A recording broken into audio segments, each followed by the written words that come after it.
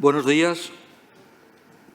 Lo primero que quiero decir es agradecer a nuestro presidente Apache Aldecoa por organizar este encuentro, que, como él ha dicho, es una especie de aperitivo a los actos que nos hemos comprometido a organizar con motivo del 70 aniversario del Contubernio de Múnich el próximo año. Y también quiero agradecer a la presidenta del Senado sus amables palabras, su acogida y su compromiso y disposición a colaborar con nosotros en este futuro. A mí el presidente me ha encomendado la grata tarea de moderar esta primera mesa redonda.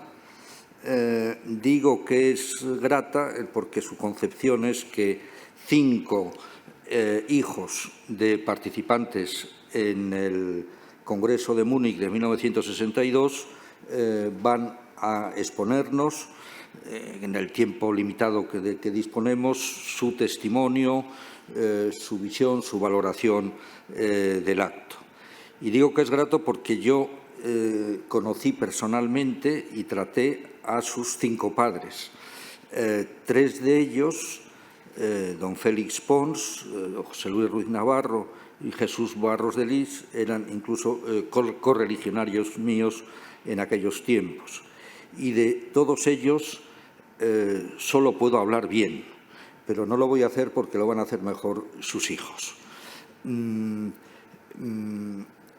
Antes, y como introducción al acto, quiero también decir, he escrito unas breves palabras de cuál fue mi visión, y entonces era un jovenzano, aquel acontecimiento de Múnich. Así es que se lo voy a leer.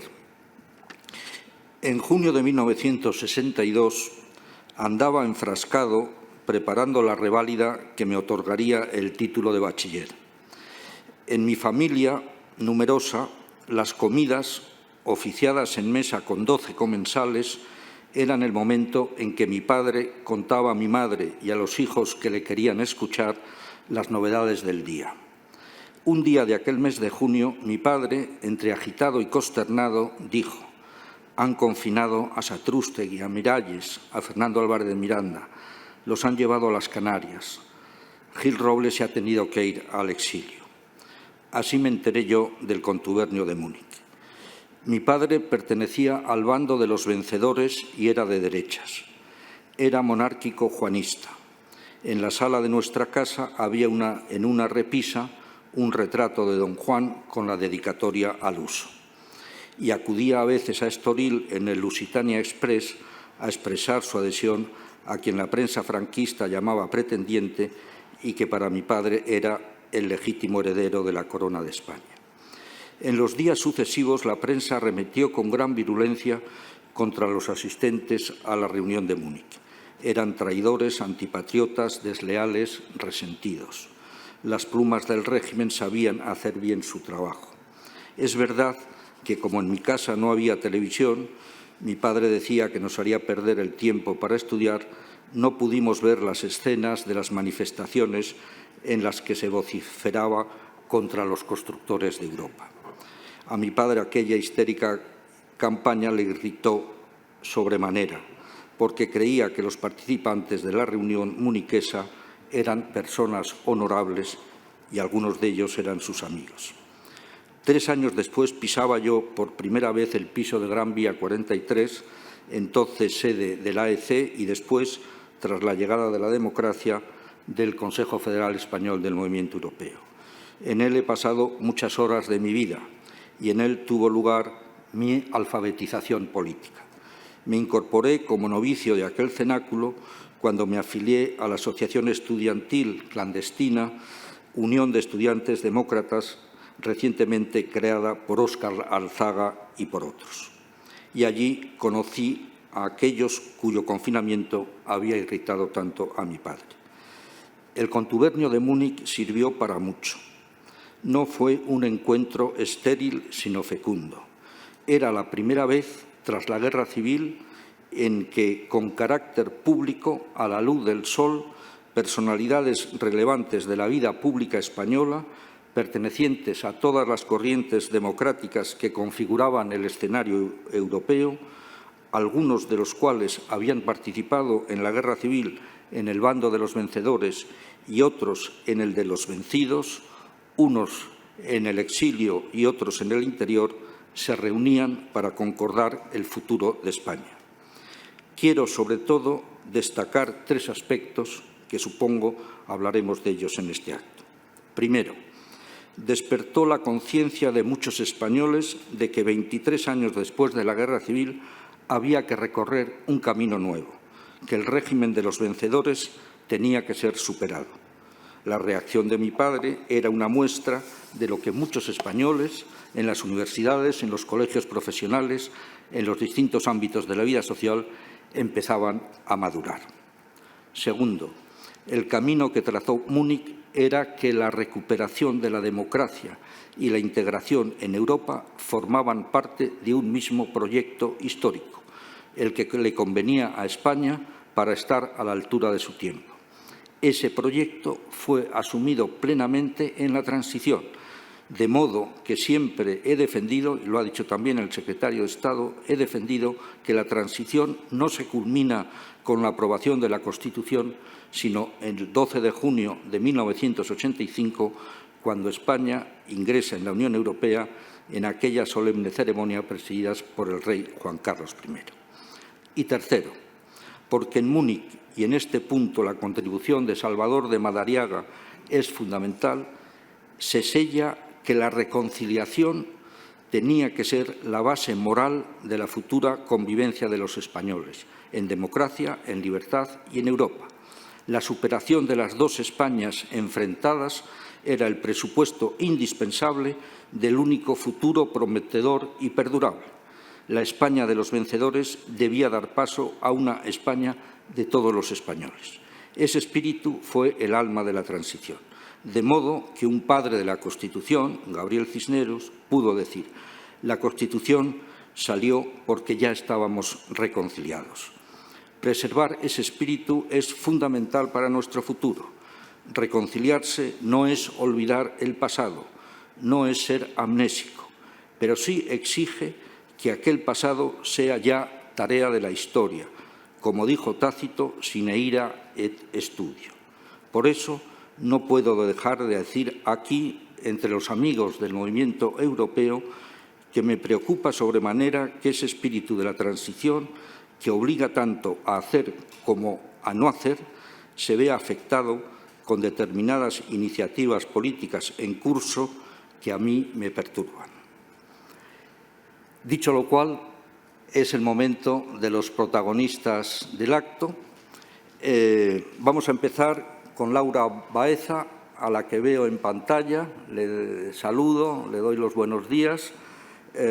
Laura Baeza es toda su vida profesional lo ha hecho en torno a la Unión Europea, primero en tareas en el Parlamento, después en la Comisión, en el Servicio Exterior, con importantes puestos.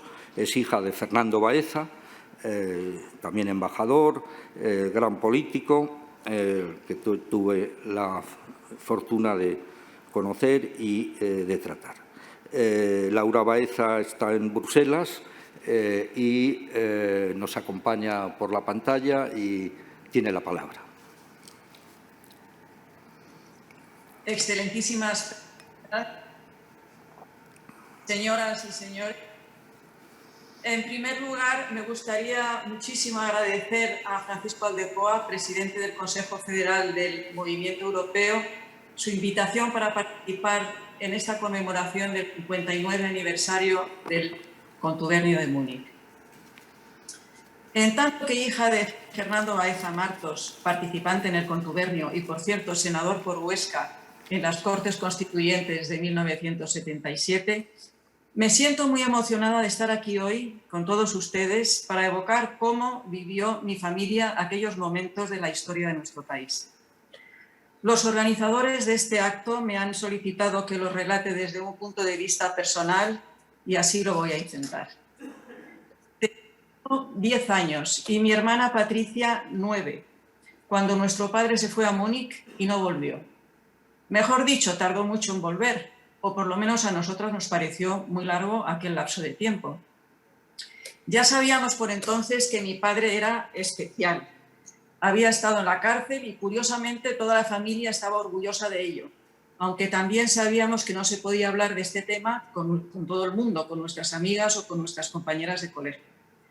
Pero las historias de la cárcel de nuestro padre se hicieron famosas. Las contaba sin parar en las tertulias con sus amigos y todos ellos se reían a carcajadas. Crecimos, por lo tanto, con la convicción de que ir a la cárcel no era siempre malo, que podía ser incluso divertido y que nuestro padre era una especie de héroe. También supimos bastante pronto que nuestro país estaba mal gobernado por un señor que se llamaba Franco, que hacía cosas injustas y que no convenía hablar de ello con extraños, lo que implica que ya por entonces entendíamos lo que quería decir la palabra gobierno o la palabra justicia, y que nuestros padres pertenecían a un grupo de personas que sabían mucho y que eran mucho mejores que Franco y sus partidarios. Y esta conciencia que teníamos de nuestra diferencia no se debió en ningún caso al adoctrinamiento, sino simplemente al ambiente que se respiraba en casa, a las conversaciones, tertulias y comentarios que escuchábamos cotidianamente. Total, que cuando nuestro padre se marchó a Múnich y no volvió, pues no nos pareció anormal, aunque le echábamos mucho de menos, como es normal. Los amigos de nuestros padres se volcaron con mi madre y nos compraron juguetes en Navidades. Nuestra casa estaba siempre llena de gente muy animada e interesante. Y comenzó a circular una palabra nueva, extraña, complicada, que no habíamos escuchado antes, la palabra contubernio. Y empezaron a circular también las historias de este contubernio, cómo nuestro padre había cruzado los Pirineos a pie con su amigo Dionisio Ridruejo, con el que había estado, por cierto, en la cárcel, y otras personas. Cómo mientras todos hacían una pausa en el camino para descansar un poco, mi padre seguía paseando, lo que le valió el mote de pie de hierro. Y otro concepto nuevo empezó a formarse en nuestras mentes, el concepto de Europa. Europa era lo que estaba al norte de España, allí donde todo era diferente y mejor, donde la gente tenía gobernantes justos, donde había cultura, donde no se iba a la cárcel por pensar diferente. Europa se convirtió entonces para nosotras en una aspiración cuasi mística. Soñábamos con ser mayores y viajar, poder conocer esas ciudades míticas de París, Londres, Roma, etc. Con las únicas amigas con las que podíamos compartir nuestro secreto eran las hermanas Satrústegui, Carmen y Paloma, que iban a nuestro colegio. Su padre, que participó también en el contubernio, fue confinado en la isla de Fuerteventura. A la vuelta de Múnich, mi padre se fue a París a visitar unos amigos y tuvo tiempo de observar cómo los asistentes al contubernio que volvían a España eran confinados, desterrados o se tenían que exiliar. O sea que decidió quedarse directamente allí y se quedó más de un año. Mi madre reaccionó muy bien, ya estaba acostumbrada a las aventuras de mi padre. No puedo decir que se comportara valerosamente, porque esto hubiera implicado que no sabía cómo afrontar situaciones excepcionales. Sin ir más lejos, había pasado la guerra en Madrid y conseguido sacar a su madre de las celdas de la FAI a base de atrevimiento y encanto. Y en este caso se plantó tranquilamente en la Dirección General de Seguridad en la Puerta del Sol para intentar convencer al director general de Seguridad de la época de que dejaran volver a mi padre. Aquel señor la trató muy educadamente, pero le dijo que debía pagar primero una multa bastante cuantiosa, lo que alargó bastante, por supuesto, la estancia de mi padre en París. En París pararon también forzosamente otros participantes en el contubernio, que recibieron ayuda internacional para subsistir de la filial francesa del Congreso de la Libertad por la Cultura, en la que estaba, entre otros, Salvador de Madariaga, gran amigo de mis abuelos paternos. Mi hermana y yo tardamos años en comprender el verdadero alcance del famoso contubernio. Mientras tanto, lo vivimos como un mito familiar y a los participantes amigos de mis padres como pertenecientes a una secta bien particular, una secta de europeístas y de luchadores por la democracia. Democracia, otra palabra que aprendimos muy pronto de boca de personas extraordinarias, aunque por entonces nos parecían totalmente normales. ¿Qué contar de una infancia y una adolescencia en que personajes como Dionisio Ridruejo, Carlos Bru, Fernando Álvarez de Miranda, Jaime Miralles, Fernando Morán, Valentín Álvarez, Pepín Vidal, Benedito y muchos otros entraban en nuestra casa como si fuera la suya y nos daban la oportunidad de escuchar conversaciones apasionantes entre hombres poco comunes? Porque ¿qué decir de esta fabulosa generación de pensadores, luchadores, activistas valientes y profundamente demócratas, que mantuvieron la llama encendida en una época particularmente oscura de la historia de la España del siglo XX? personas que aparcaron sus diferencias ideológicas para actuar en aras de un futuro decente para sus compatriotas, personas que protagonizaron más tarde una transición pacífica hacia una España con la que soñaban muchos desde tiempos inmemoriales. No puedo sino sentir un profundo agradecimiento por todos ellos. Les doy las gracias por todos los sacrificios que hicieron para construirnos un Estado democrático, por ser idealistas y haber conseguido realizar sus ideales, por haber influido tanto en nuestras vidas. Y a ustedes muchísimas gracias por su atención.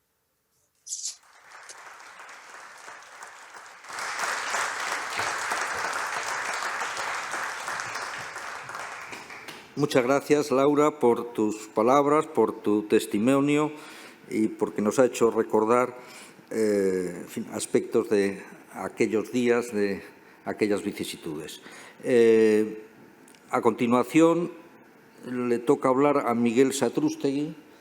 Miguel Satrústegui tiene una brillante trayectoria académica, profesor de la Universidad Carlos III, vicerrector, autor de muchas publicaciones y también compromiso político, fundamentalmente en las áreas del Ministerio de Cultura, del que ha sido subsecretario, entre otros cargos, y después con compromisos y responsabilidades en el ámbito de las bellas artes.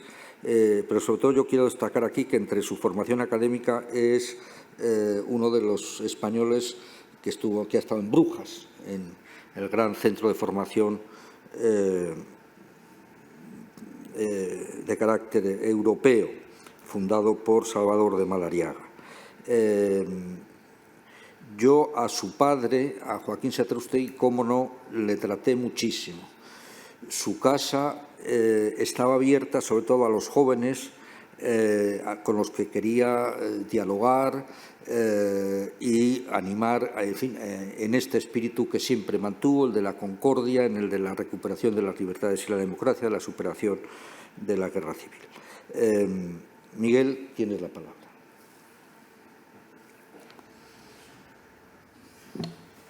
Gracias, Eugenio, por tu amable presentación. Quiero agradecer la invitación a participar en este acto organizado por el Consejo Federal Español del Movimiento Europeo y acogido en el Senado, un acto con conmemoración del Congreso de Múnich. Y debo reconocer de entrada que me impresiona especialmente participar en esta mesa redonda en la sede del Senado, porque mi padre, Joaquín Satrústegui, fue elegido como el senador más votado por la provincia de Madrid en las elecciones a las Cortes Constituyentes del 15 de junio del 77, formando parte de la candidatura de senadores para la democracia, la que formaban, la constituían, la Alianza Liberal, la Democracia Cristiana y el PSOE. Pero vayamos a la conmemoración que hoy nos reúne. Los que estamos en esta mesa somos hijos de algunos de los deportados y exiliados por su participación en la reunión de Múnich. Nuestra presencia en este acto no puede justificarse por nuestro protagonismo en ese acontecimiento porque carecimos completamente de él, sino acaso por nuestra memoria, por la memoria de cada uno. Porque la memoria, que no es la historia, como se ha subrayado en el reciente debate nacional sobre la polémica memoria histórica, es siempre individual. I Remember es el título de unos versos del poeta inglés Thomas Hood del siglo XIX, en los que evoca la casa donde nació y la pequeña ventana por donde entraba por la mañana la luz del sol, una luz que ni se anticipaba ni prolongaba en exceso los días. Pero aquí no se trata de un recuerdo íntimo como ese, sino de un recuerdo político de la niñez. Un recuerdo que no puede recuperarse más que recorriendo mentalmente un camino impreciso y a menudo velado por el olvido en busca de las experiencias que sobresalen. En mi caso, recuerdo aquella tarde en que al regresar a casa me enteré de que mi padre había sido detenido para enviarlo confinado a Fuerteventura. Tenía entonces 13 años. No acertaba a comprender lo que ocurría y sentía pena y rabia.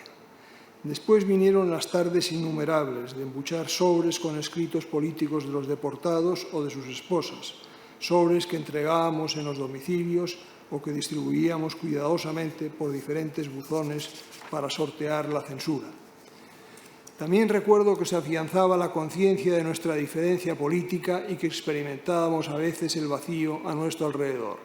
Pero también disfrutábamos de la amistad tutelar de otros participantes en el contubernio que no fueron sancionados, y a ese respecto debo destacar la dedicación benevolente y generosa de Vicente de Piniés con las familias de los deportados y de los exiliados, y del sentimiento de solidaridad entre esas familias y, en nuestro caso también, del apoyo resuelto de la familia de mi padre, un apoyo inspirado en el estrecho sentimiento de parentesco que siempre ha unido a los Atrústegui. Y recuerdo sobre todo la visita que hicimos a mi padre en Fuerteventura en las Navidades del 62. Fuimos mi madre, mis hermanas, Manuel Miralles, que era el hijo mayor de Jaime, y yo. Son inolvidables el viaje en barco, el reencuentro con nuestro padre y con los otros deportados, Fernando Álvarez de Miranda, Jaime Miralles y Jesús Barros de Lis, que constituían un grupo unido y gallardo, y el descubrimiento de aquella isla de belleza pura y desolada, en la que algunos ciudadanos valientes se esforzaron por acoger con generosa hospitalidad a los confinados. Recuerdo en ese sentido con especial agradecimiento a Manuel y a Hortensia González, a Matías González y a Carlos Suárez. Pero quisiera ir más allá de esos retazos de mi memoria para incurrir en la interpretación, no en la interpretación histórica principal que ya se ha hecho por destacados autores como Javier Tussell, Charles Powell o Santos Juliá. Ellos, con matices diferenciales, ofrecen una lectura, en el fondo coincidente, de Múnich como un antecedente de la transición. Me parece que eso está fuera de duda.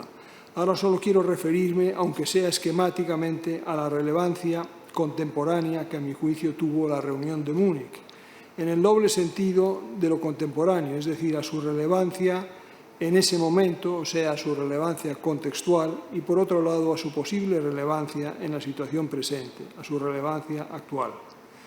Paso a enumerar las razones de la importancia de la reunión de Múnich en las circunstancias históricas del 62. Esquemáticamente, a mi juicio, son estas, porque demostró que la oposición en el exilio y la nueva oposición surgida en el interior podían ponerse de acuerdo, acreditando así la viabilidad de las ideas de reconciliación nacional y de superación de la guerra que con distintos matices venían propugnándose desde el final de los años 50 por parte de diferentes sectores de la oposición, lo que contrastaba con el inmovilismo del régimen franquista que fundaba su legitimidad en la victoria militar exclusivamente. Porque se alcanzó ese acuerdo soslayando una exigencia controvertida de que después de Franco se iniciara el proceso democrático con un plebiscito previo sobre monarquía o república. Al apartar esa exigencia en Múnich se avaló implícitamente el papel que podría desempeñar en el futuro la monarquía en la transición a la democracia. Y a ese respecto debo destacar la exposición que realizó mi padre, Joaquín Satrústegui, ante los representantes del exilio republicano sobre las oportunidades que podía ofrecer la restauración de la monarquía personificada en don Juan de Borbón para transitar a la democracia e incorporar España a Europa.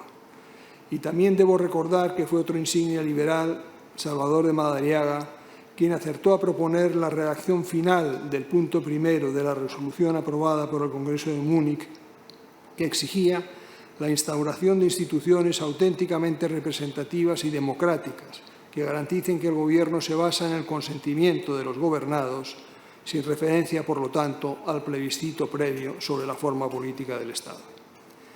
Quiero subrayar también lo que Múnich significó personalmente para sus protagonistas, o para muchos de ellos, como acicate para superar las desconfianzas que existían previamente, en particular entre los del interior y los del exilio. Desconfianzas que al menos quedaron difuminadas por la comunicación personal y por la experiencia de compartir públicamente una resolución con un diagnóstico común sobre el futuro de España. Por cierto, una resolución y un diagnóstico del que las fuerzas políticas representadas en Múnich nunca se apartaron. En todo caso, creo que esa experiencia de superar la desconfianza fue fundamental en la trayectoria política de mi padre. Él había establecido relaciones políticas en el interior con personalidades procedentes del campo republicano, pero después de Múnich desarrolló aún más esas relaciones y especialmente con Salvador de Madariaga, con quien acabó teniendo una estrecha relación. Volviendo a las consideraciones de carácter más general, el Congreso de Múnich fue importante porque afirmó de la manera más expresiva la vocación europea de España y el necesario destino europeo de una España democrática, un destino que se alcanzaría 23 años después. Además, supuso la confirmación del carácter esencialmente democrático del proceso de integración europea, al proclamarse en la resolución aprobada que solo podían tener cabida y acogida en ese proceso de integración los Estados que respetasen los principios de democracia y de Estado de Derecho. Y como esa exigencia todavía no estaba explícita en los tratados, ahora sí lo está, resultaba muy relevante que el plenario del Congreso del Movimiento Europeo Internacional aprobara por aclamación ese pronunciamiento. De hecho, por esa misma razón, el Congreso de Múnich supuso una traba para la política exterior del franquismo que intentaba acomodarse al nuevo panorama europeo con la solicitud de apertura de negociaciones con la CEE que el ministro de Asuntos Exteriores Castilla había dirigido al presidente del Consejo de Ministros de la Comunidad en febrero del mismo año 62. También hay que destacar otro aspecto fundamental, y es que el Congreso de Múnich hizo una apuesta clara y sin ambigüedades por una transición pacífica a la democracia, con renuncia a la violencia antes, durante y después del proceso evolutivo. En definitiva, la reunión de Múnich fue una demostración de la visión y de la capacidad estratégica de la oposición moderada, demostración que sin duda resultó amplificada por la reacción represiva del régimen. Quisiera aludir ahora brevemente a la posible relevancia actual de la reunión de Múnich, sobre todo a dos aspectos de ese lejano acontecimiento que me parece que pueden inspirar reflexiones útiles todavía hoy. Me refiero en primer lugar al valor que puede llegar a tener el comportamiento de una minoría, porque los de Múnich eran solo eso, 118 personas. Y aunque actuasen en representación de formaciones políticas de una cierta implantación, sería exagerado considerarlos como representantes de una mayoría del país. La postración y el secuestro de la opinión pública por parte de la dictadura impedían esa representación. Y de eso era bien consciente la prensa del régimen, que los descalificaba repitiendo de distintas maneras. ¿Quiénes son estos de Múnich? ¿Quién les ha nombrado? No son nadie. Pero esa misma prensa también le inquietaba la coincidencia en esa reunión de personalidades políticas de tan distinta procedencia y significación.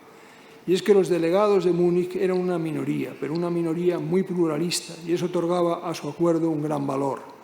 De hecho, refiriéndose a la excepcionalidad de ese pluralismo, Santos Juliá ha llegado a escribir lo siguiente: nunca, ya fuera en el exilio o antes en la guerra civil, en los años de la República, ni en todo el tiempo de la monarquía restaurada, se había visto nada igual. Ciudadanos del Estado español de toda procedencia ideológica y geográfica, reunidos para acordar un texto común sobre el futuro jurídico-político de España, algo que no ocurría probablemente desde las Cortes de Cádiz. La frase no puede ser más expresiva, y eso que el pluralismo de Múnich no era completo. Faltaba por de pronto una representación oficial del Partido Comunista, aunque hubo observadores del mismo, pero sobre todo estaba ausente el régimen franquista, porque ninguno de sus miembros había sido invitado. En ese sentido, el pluralismo de Múnich fue distinto y más circunscrito que el que se expresó en el contexto político de la transición. Sin embargo, la minoría pluralista de Múnich acertó a definir un horizonte político para España, un horizonte que entonces todavía estaba lejos, pero que acabó alcanzándose con un respaldo mayoritario durante la transición de los años 70. Por eso hay que destacar la capacidad de acuerdo y de anticipación de los delegados españoles en Múnich. Me pregunto si una minoría pluralista podría ejercer también una capacidad de estímulo y de propuestas relevantes en las circunstancias actuales de España y de Europa. Quiero creer que sí, y que debe interpretarse en ese sentido el título de esta mesa redonda al proclamar a la sociedad civil en el corazón de la democracia española y europea. Se trata, a mi juicio, de una proclamación afortunada, que en realidad no debe sorprender, porque corresponde a la concepción básica y al método característico del movimiento europeo, que se mueve paso a paso, buscando coincidencias útiles entre grupos muy diversos, lo que es antagónico con el discurso de los populismos caracterizado por un esquemático planteamiento divisivo, los nuestros contra los otros, un planteamiento populista que en el fondo reniega del pluralismo. Pero lo cierto es que la minoría de españoles reunidos en Múnich fueron tachados de traidores y de vendepatrias. Valga como prueba lo que dijo el ministro de la Gobernación, Alonso Vega, en el discurso tan memorable como lamentable que pronunció ante las Cortes Orgánicas el 15 de julio de 1962, en el que explicó que la reunión de Múnich no era sino una conjura de grupos de resentidos e inadaptados con exiliados rojos para erigirse en representantes legítimos de la nación española, pretendiendo así dañar a nuestro Estado. Una conjura con su resonancia preparada en los órganos periodísticos y de difusión al servicio de la anti-España, de modo que esos comportamientos constituían hechos culposos contra la patria, cometidos en el extranjero, calificados como delito en la mayoría de los códigos del universo. Por supuesto, los medios de comunicación adictos, que eran prácticamente todos, multiplicaron los juicios descalificadores de ese tipo. La persecución difamatoria de esa minoría pluralista que fueron los delegados españoles en el Congreso de Múnich también nos debe hacer pensar en la excesiva facilidad con la que en la historia se ha lanzado la acusación de traición contra las personas o las minorías que, con mayor o menor éxito, eso es otra cosa, han buscado el acercamiento o el acuerdo con los percibidos como contrarios. Debemos desconfiar de los movimientos de opinión a la caza de traidores. Los hijos de los participantes en Múnich tenemos derecho a lanzar esa advertencia en alta voz. Y ahora quería concluir recordando que en algunas ocasiones excepcionales la posteridad ha identificado a un grupo valeroso, denominándolo solamente con el número de sus componentes. Los delegados españoles en el Congreso del Movimiento Europeo de 1962, esa ilustre y valiente minoría, merecen ese simbólico tratamiento. Honor y agradecimiento a los 118 de Múnich. Muchas gracias.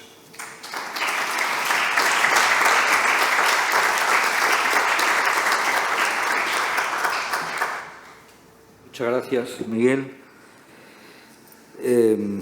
Seguimos adelante y ahora voy a pedir la palabra a Cristina Ruiz Navarro, hija de José Luis Ruiz Navarro, abogado de gran trayectoria, un activista, idealista, con profundas convicciones, diputado en las elecciones en las Cortes Constituyentes y en la siguiente legislatura, y estaba en la mesa cuando la famosa la tarde del 23F. Cristina Ruiz Navarro es abogada, letrada, ha sido juez durante un montón de años y un gran jurista, colaboradora también en el Defensor del Pueblo, con muchos trabajos de índole jurídica, hermana también de nuestro buen amigo y miembro del Movimiento Europeo, José Luis Ruiz Navarro, letrado de las Cortes Generales, que no sé si está entre nosotros o nos ve por streaming. Y bueno, Cristina, tienes la palabra. Buenos días. Señor presidente del Consejo Federal del Movimiento Europeo, queridos amigos, muchísimas gracias por esta invitación. Es un placer para mí estar aquí con todos vosotros y con todos los hijos de esas personas tan valerosas que estuvieron en el contubernio de Múnich. Me emociona mucho acudir a este acto para hablar de mi padre y de su participación en el contubernio de Múnich. Mi padre fue detenido por participar en el cuarto Congreso del Movimiento Europeo celebrado en junio de 1962, al que acudió con mi madre, Carmen, y sin ser juzgado fue confinado junto a su gran amigo Íñigo Cabero, en la Isla del Hierro, donde estuvo 6 meses. En esa época mi padre trabajaba en la Universidad Complutense, era profesor de Derecho Civil y director de la asesoría jurídica de la constructora Urbis. Ya tenía 3 hijos en ese momento y mi madre estaba embarazada de mí. Mi madre, que todavía vive y tiene en la actualidad 95 años, nos cuenta su preocupación, porque en los periódicos de esa época se escribió: los del contubernio a la horca. Pero una vez que supo que su marido estaba bien en la Isla del Hierro, su preocupación era cómo iba a mantener a los 3 hijos pequeños que tenía, y por eso fue a hablar con la constructora Urbis, quien le dijo que no se preocupase, que le iban a seguir mandando el sueldo.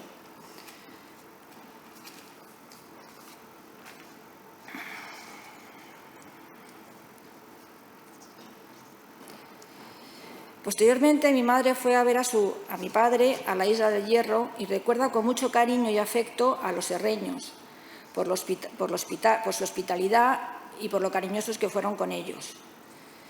Y fue tanto el afecto y el cariño que recibió de los herreños que cuando yo nací me quiso poner un nombre canario. Como hija siempre he adorado a mi padre y mis hermanos dicen que a veces tengo muy mal carácter, tengo mucho carácter y que me parezco a mi padre. De mi padre solo puedo decir cosas buenas. Como se dice ahora, creo que era un crack. Porque se había hecho a sí mismo, era profesor de Derecho Civil, director de la Sociedad Jurídica de Urbis, montó su propio despacho de abogados y tuvo a 6 hijos que éramos muy revoltosos. Era una persona muy deportista. Mis amigas me tienen un poco de envidia por haber tenido un padre que nos fomentó tanto el deporte. Tenía además mucho sentido del humor. Era una persona muy generosa, muy humana y nos intentó siempre inculcar unos principios éticos. Recuerdo cuando nos regañaba nos decía: quien te educa es quien te quiere. Ahora tengo yo una hija adolescente de 16 años y también se lo digo todos los días.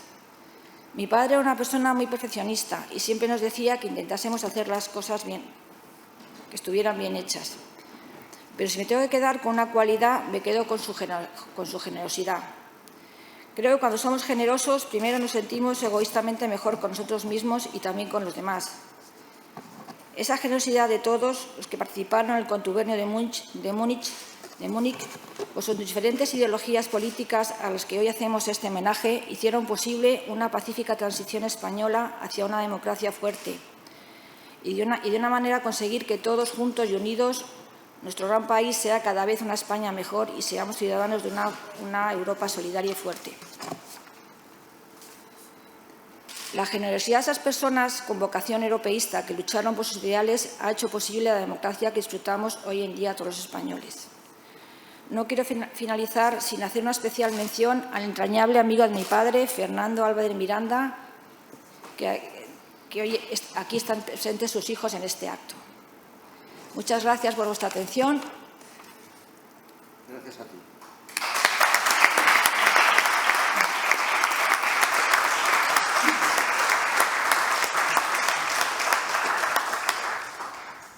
Muchas gracias, Cristina, por tan evocador testimonio que a mí me ha hecho recordar muchos aspectos y facetas de tu padre, por ejemplo, la del sentido del humor. Seguimos adelante. Y ahora con el embajador José María Pons,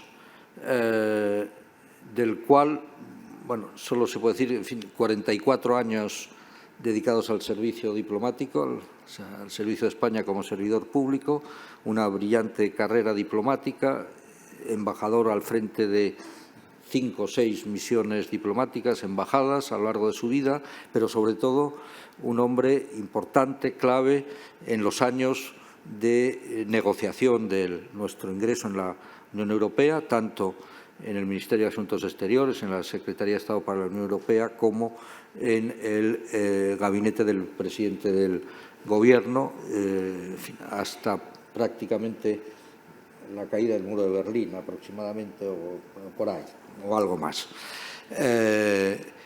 Yo tuve con Pepe Pons el placer y la oportunidad de hace unos pocos años celebrar un acto en Palma de Mallorca, de su padre, don Félix Pons, en fin, era un prohombre, decano del Colegio de Abogados, uno de los grandes juristas de Mallorca, de las Baleares y de España, un acto de homenaje y de recuerdo a los actos de Múnich que salió muy bien.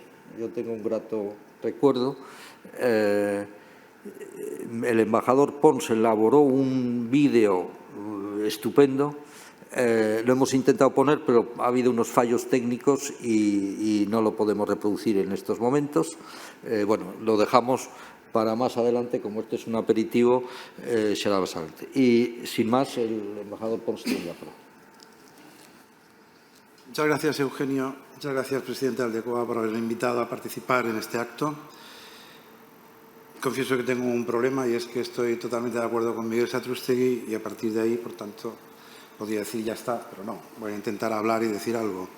Sobre todo para presentar a mi padre un poco más. Félix Pons Marqués, como se ha dicho, abogado, decano del Colegio de Abogados, persona muy comprometida con la sociedad, persona muy creyente y de fuertes convicciones.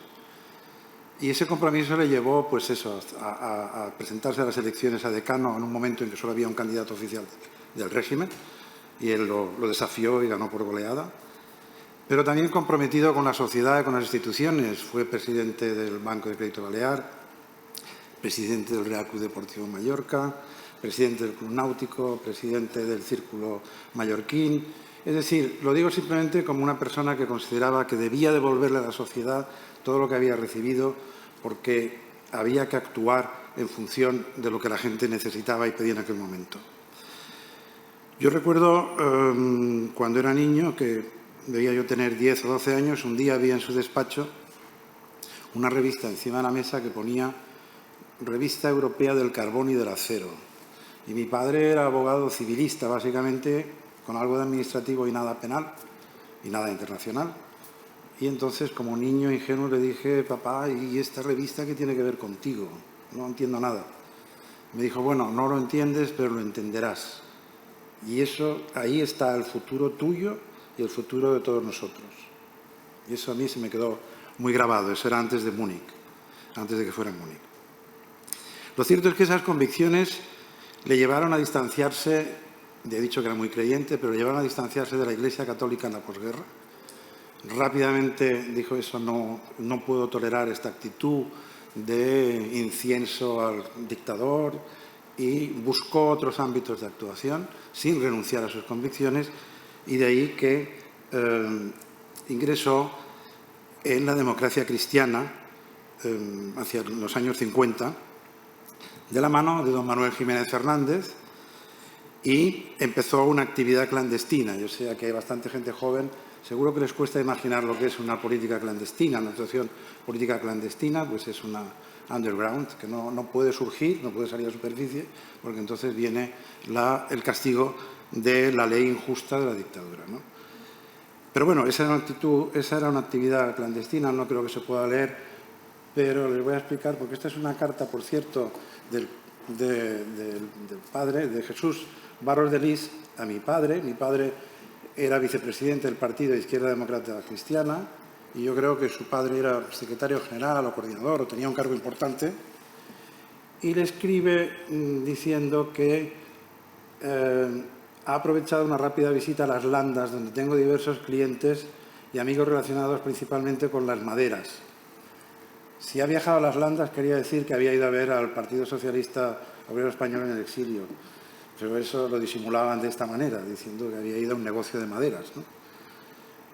O, por ejemplo, en esta otra carta que le manda a mi padre, donde dice, he hecho una escapada a Burgos, dice Jesús Barros de Lis, y a Vitoria, donde he visitado a algunos destacados accionistas de las firmas que de hecho están asociadas con nosotros.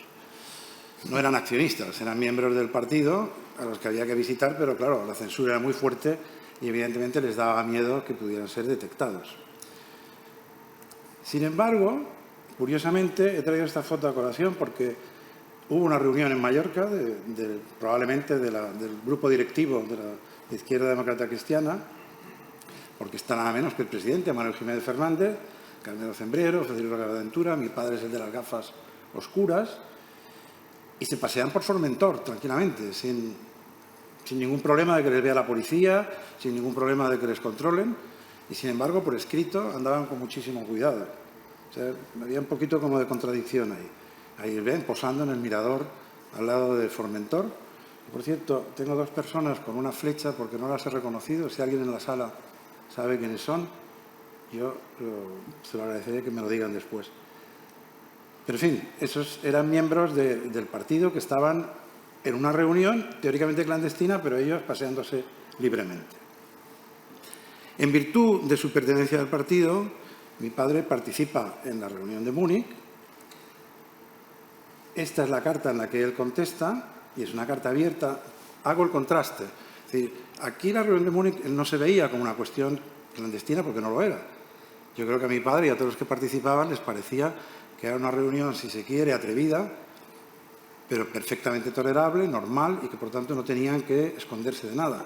Entonces mi padre confirma su participación y le pide la habitación del hotel los días 5 y 6 de junio, y luego, para que no quede claro que no se esconde, el día que llega, manda una postal a sus hijos, a mis hermanos, que están estudiando en Barcelona. Aquí me tenéis desde hace unas horas, después de una travesía feliz. He visto mucha nieve por el camino y aquí hace un fresquito que ya. Pero esta ciudad es realmente preciosa. Es decir, no, es una reunión normal en principio, en teoría, ¿no? Como lo corroboraba esta otra carta de Barros de Lis, hablando de Múnich, y ahí sí que explícitamente, con referencia a la reunión del Movimiento Europeo de los días 7 y 8 de junio, hay que pasar por París primero, etcétera, etcétera. Bueno, he puesto el contraste de las dos cosas.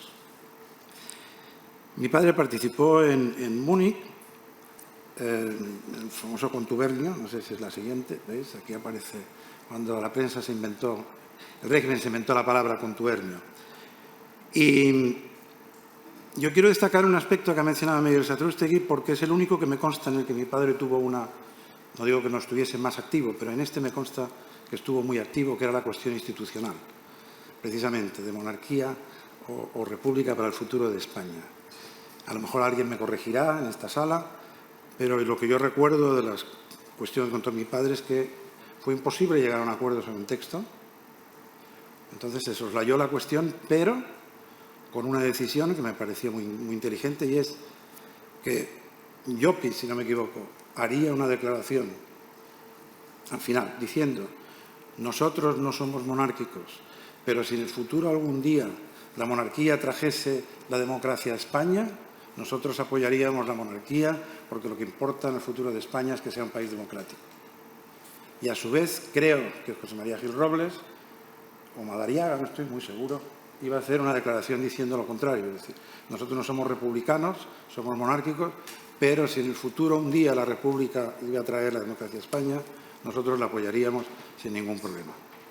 Y yo sé que ahí mi padre sí estuvo en nombre del partido trabajando a fondo para que se consiguiese esta solución, digamos de emergencia, pero inteligente, para que no pudiese ser votada en contra en el último momento y se pudiese aprobar la resolución por unanimidad. Este es el proyecto de resolución manuscrito de mi padre, no lo van a poder leer, pero me ha hecho gracia porque él conservó un texto manuscrito. No sé si es porque intervino en la redacción final, y esa fue una redacción, pero él intervino en esto. A la vuelta de Múnich, algunos días después, fue detenido y junto con Juan Casals en Menorca y conducido a Madrid, donde se les ofreció el exilio o el confinamiento, ¿no? Como a tantos otros. Y Juan Casals cuenta, yo no lo sé, que mi padre le dijo a Juan Casals: vamos a ver, Juan, a ti y a mí no se nos ha perdido nada en el extranjero, ¿verdad? Pues entonces a Canarias. O sea que asumió que le tocaría ir a Arrecife, estuvieron en Arrecife 6 meses.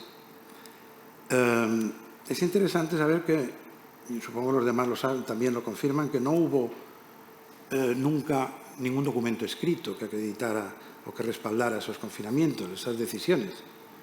Siempre las decisiones fueron orales. El único documento escrito en el que indirectamente mi padre obtuvo la constatación de que había estado trabajando, de que había estado solo medio año trabajando, porque cuando Hacienda le hizo la liquidación a final de año, él la recurrió y dijo: yo solo he trabajado 6 meses, por tanto no estoy de acuerdo con esa liquidación y tiene que ser la mitad. Entonces explicó por qué era la mitad y ganó. Entonces es el único documento indirecto en donde figura que estuvo en Lanzarote. Como puede ser esta tontería que he puesto aquí. El Círculo Mercantil le nombra socio transeúnte. El Círculo Mercantil de Arrecife le nombra socio transeúnte y hay otro en el que además está el recibo de lo que tuvo que pagar, porque claro, eso no era gratis. Volvió de Lanzarote en diciembre y mi padre falleció el año 1970, es decir, cuando tenía 60 años y por tanto antes de la muerte del dictador. Y ahora voy a pasar a lo que sería la parte más política. Aunque es verdad que a mí siempre me ha emocionado ver, y las tengo, que mi padre y mi madre fueron capaces de escribirse a veces 3 cartas diarias mientras estuvo desterrado, mientras estuvo confinado. Bien, esto yo lo voy a leer porque está en letra muy pequeña, pero como hablamos de los símbolos del futuro, que representa Múnich, hubo un policía de la Brigada Político-Social de Barcelona que fue confinado también en Lanzarote para vigilar las andanzas de mi padre y de Juan Casals, que estaban allí desterrados. Pese a que la Guardia Civil se ocupaba del control de los que estaban confinados, el gobierno tuvo a bien mandar a un policía desde Barcelona, inspector Torras.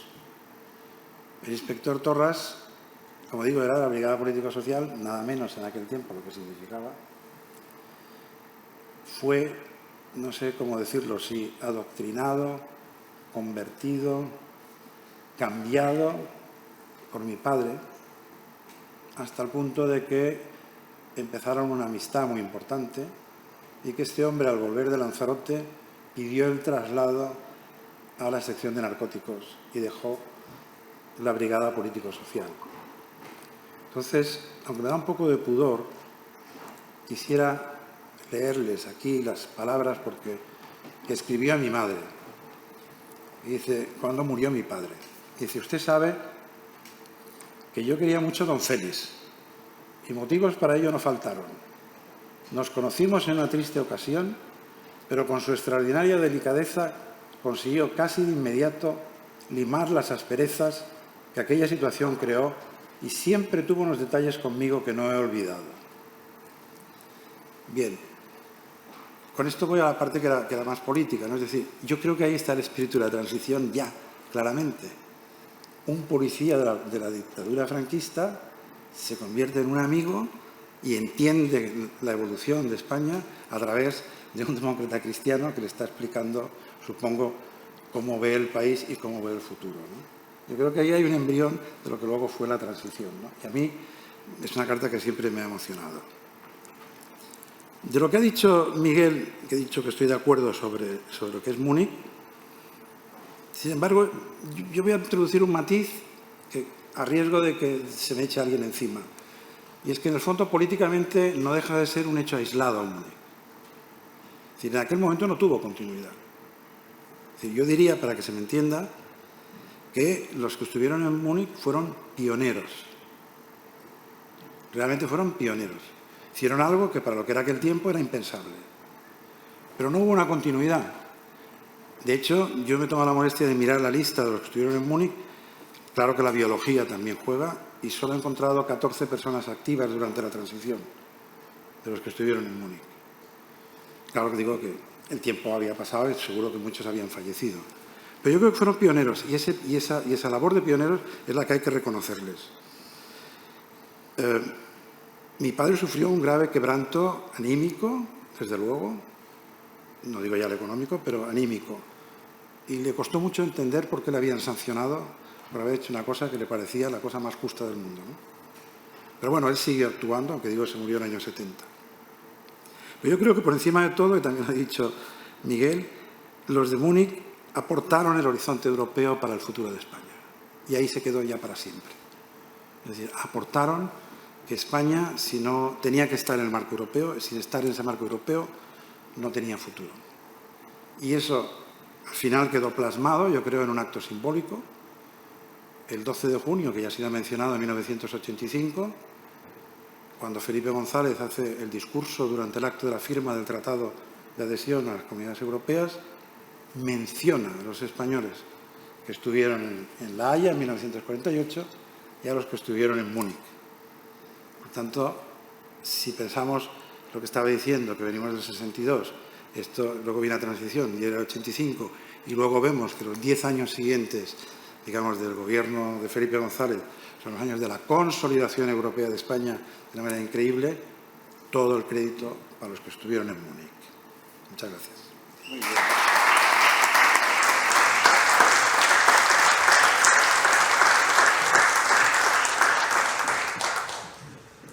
Bueno, y finalizamos esta espléndida mesa redonda con Carlos Barros de Lis, hijo de Jesús Barros de Lis.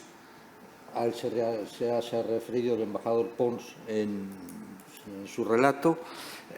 Yo conocí a Jesús Barros de Lis a mediados de los años 60, cuando me incorporo, siendo jovenzano, a la democracia cristiana.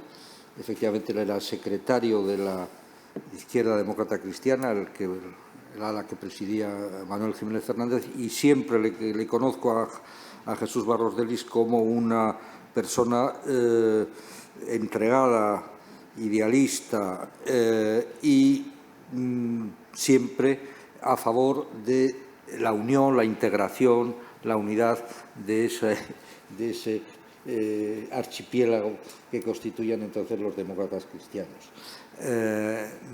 Carlos Barros de Lis es abogado, tiene una trayectoria profesional en la vida civil, también en lo que se llama el sector social, en ONGs. Ha heredado el idealismo de su padre, está con nosotros y tiene la palabra. Buenos días, muchísimas gracias. En primer lugar, muchísimas gracias, Francisco Aldecoa, presidente del Consejo Federal Español del Movimiento Europeo, por la invitación a participar en esta mesa. Y Eugenio, muchas gracias. Nos pedías un recuerdo de nuestros padres asistentes al Congreso de Múnich, al Congreso del Movimiento Europeo. Un recuerdo y una valoración. Yo no había nacido, mis hermanas sí, eran pequeñas, pero tengo un recuerdo muy vivo porque nuestro padre dedicó mucho tiempo a explicarnos de forma minuciosa y detallada qué fue Múnich, qué significó Múnich, cómo había llegado él a Múnich. Para ponernos en situación, al Congreso del Movimiento Europeo, mi padre ya llegó como europeo. Llevaba casado años con mi madre, Ingrid, de Suecia.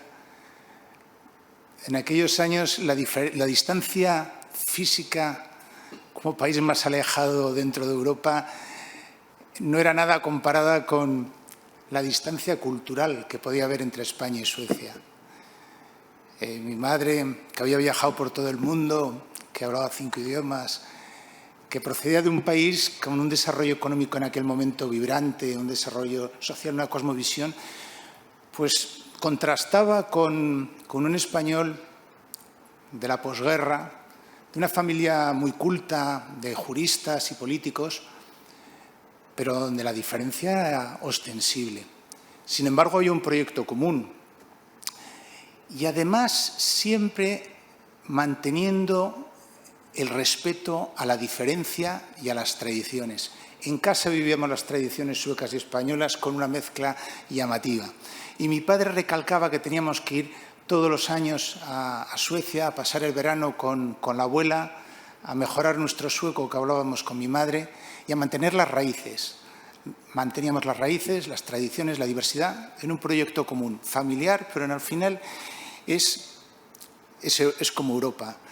Para él, la palabra diversidad, la palabra proyecto común, la palabra incluso aventura no le era ajeno.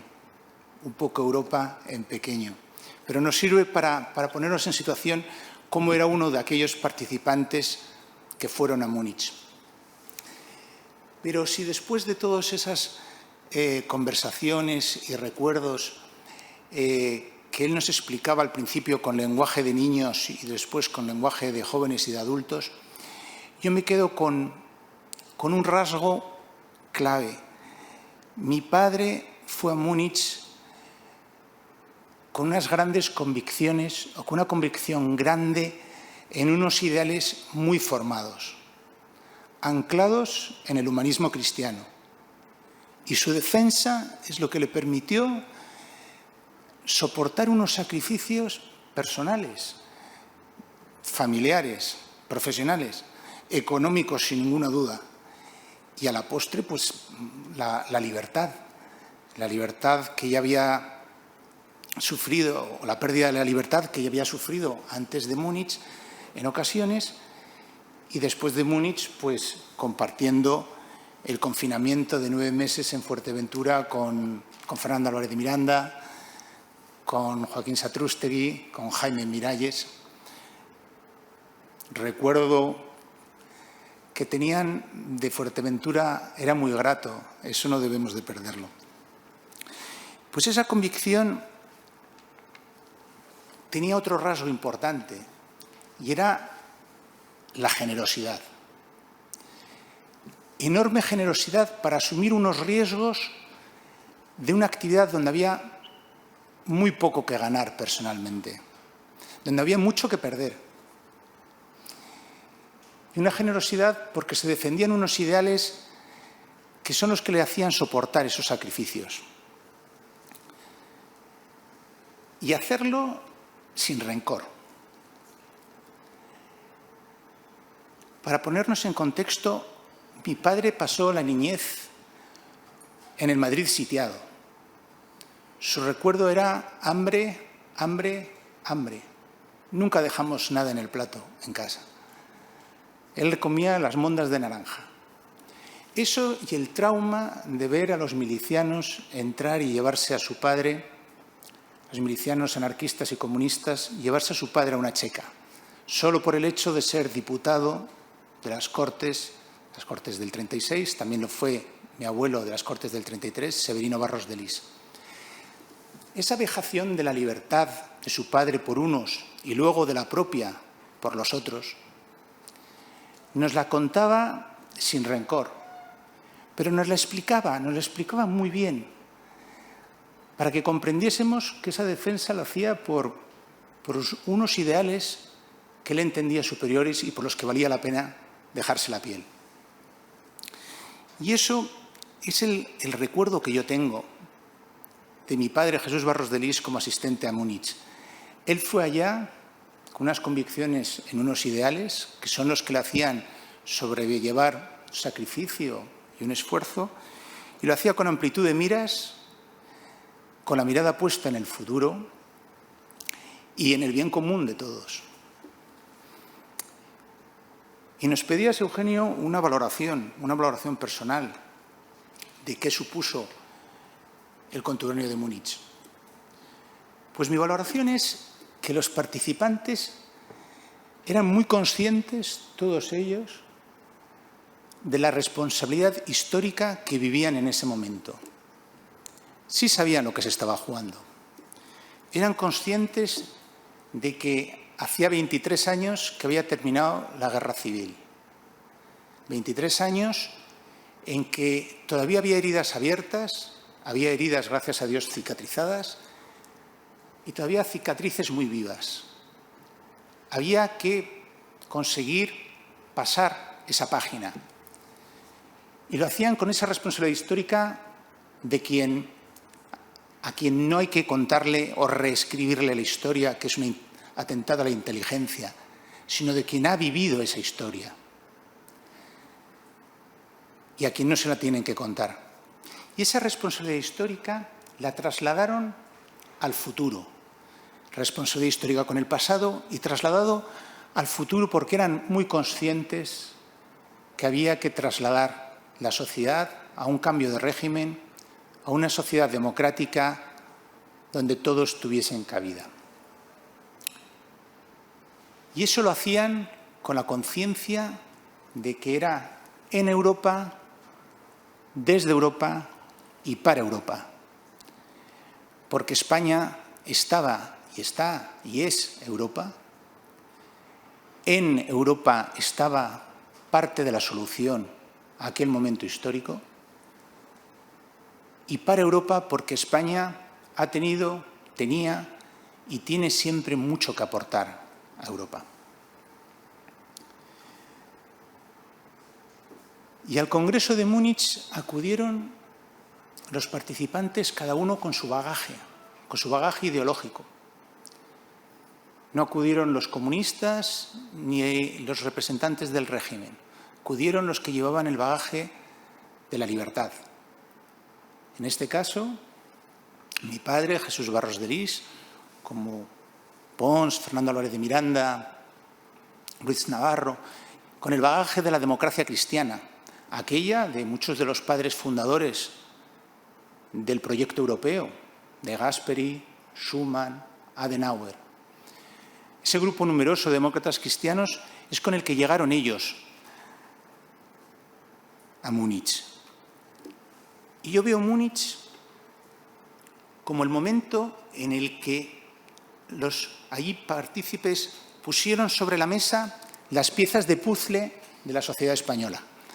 Las piezas que representaban las heridas, las inquietudes, las cicatrices, los ideales, las líneas rojas, las aspiraciones, el futuro de toda la sociedad española. Las pusieron sobre la mesa y les dieron la vuelta, las verbalizaron, de tal manera que ellos comenzaron a engranar esas piezas. Ellos y los que vinieron después, miembros de toda la sociedad española. Y durante años, con esfuerzo, con sacrificio, con mucha inteligencia, con generosidad, se fueron engranando esas piezas, conformando la imagen de la España de la transición. Y por eso quiero dar las gracias al Consejo Federal Español del Movimiento Europeo, en especial a sus tres últimos presidentes, a Carlos María Bru, a Eugenio Nassarre, a Francisco Aldecoa, porque los tres han demostrado el querer mantener el hilo conductor de Múnich, el hilo de unos valores, de unos testimonios, del ejemplo de unas personas que sin duda, estoy convencido, son una lección que puede servir de mucho a la sociedad española actual y futura. Muchas gracias.